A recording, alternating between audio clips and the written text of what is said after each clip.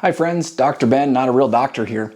Let's talk about a couple techniques getting up from the floor. I've talked about getting up from the floor a lot, but that's because it's really, really important.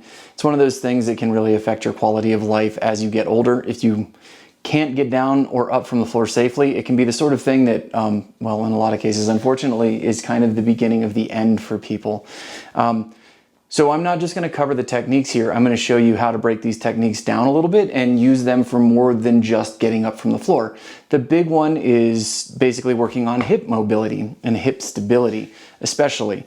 This is a good way to isolate the hips a little bit, allow the body to work in the midsection between the hips and the core to kind of get better coordination between what your legs are doing and what your trunk's doing.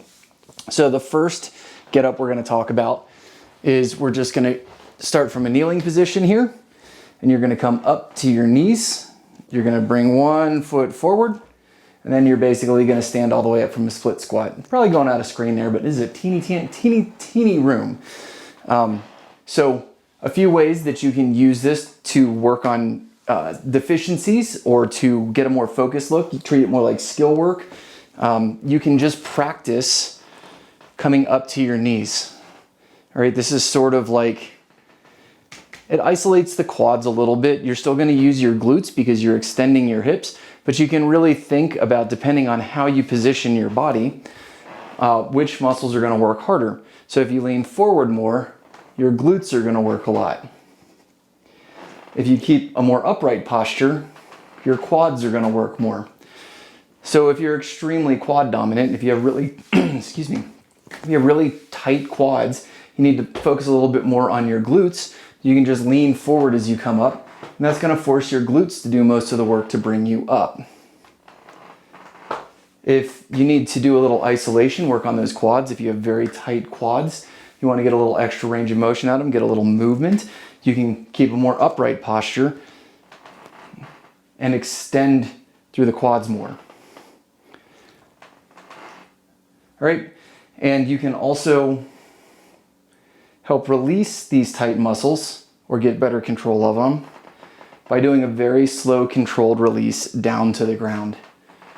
That's going to help your brain, similar to a somatic. This is an eccentric concentration, but you'll be able to feel spots that are sticky or that aren't really doing what they should and try and smooth that out as you release the muscle or release back to the starting position. So those are a couple things you can do. Just working on groundwork. If you would like to work on your hip stability, you can start up here at a tall kneeling position, and you're just going to shift your weight to one side and bring the opposite knee forward. So I'm going to shift to the left, bring my leg forward up to a split squat position. Then I'm going to shift the weight back and come back down to a tall kneeling position.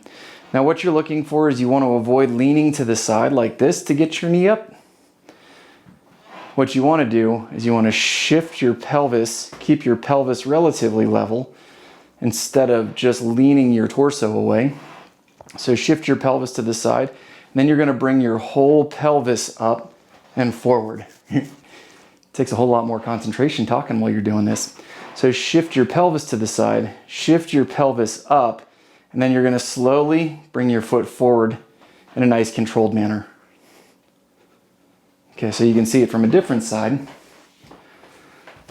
Shift your pelvis to the side, pelvis up, whoop, and then you're going to bring your foot forward. And this is going to help when you walk. You actually want pelvic movement. If your pelvis and your ribs are kind of stuck together, then your back is going to have to do a lot more of the work that your hips should be doing.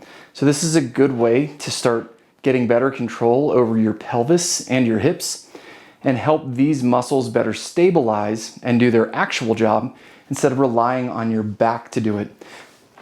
Something simple like this can go a long way to relieve strain on your back, to relieve pressure on your lower back. It can really help make walking much more comfortable and pleasant. And more importantly, you can use the big muscles that drive your engine to walk instead of muscles that should actually be supporting your spine. So those are a couple things you can do from a split squat get up. The other one that's a really good one to work on is a tripod get up.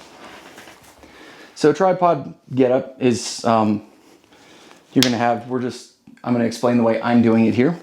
Left foot towards your butt, right hand down on the ground. So right now I basically got this foot, and this hand as my major points of contact. So when I lift up, those are the 3 points of contact supporting my body. All right, so tripod get up comes, you bring your leg through, come up to a split squat, and all the way up.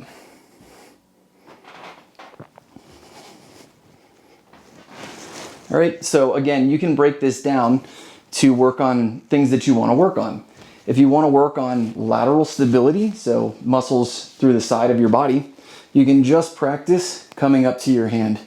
All right, when you come up to your hand, you want to rotate your shoulder. You don't want to be in this position. You want to rotate your shoulder. That way your shoulder's in a good, strong position. So this way you're working on your shoulder, you're working on hip stability a little bit, and you're working on lateral core stability.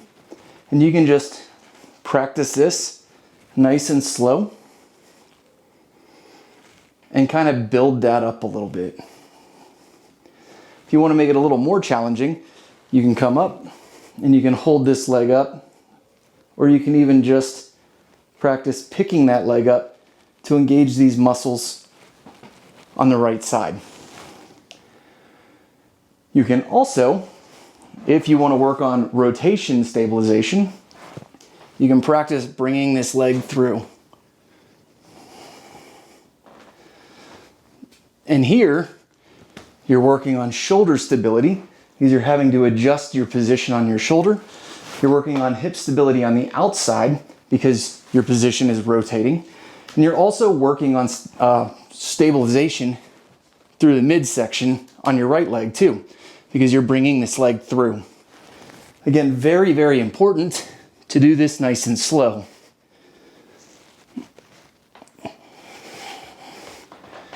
Really good way to work all the muscles through your hip, shoulder, and you're building skill. Again, so if you do have to get up from the floor, I like to sit on the floor, so I get up from the floor all the time. But if you're not used to it, this is a good way to start building these skills so that you do have better control. You're stronger, you're more mobile, and better able to get up and down from the floor. So those are a few ways to break a couple simple get-ups down and get some extra work out of them. Me personally, I would treat that more as skill work. So maybe set a timer for like 5 minutes, do a few reps, move through nice and slow and controlled, take a little breather. The goal is not to get a burn. You're not trying to pump out, go to failure, any of that stuff. You are working through getting better control of your muscles and working on the movement. Train muscles at a different time. For right now, use this to get better control over your body. Anyway, that's all I've got for you today. I hope you guys who celebrate Christmas had a good Christmas or whatever holiday you celebrate this season. New Year's is coming up, so you guys, I hope you have a fun and safe New Year's, and I will see you guys very shortly. Thanks for watching. Love you guys.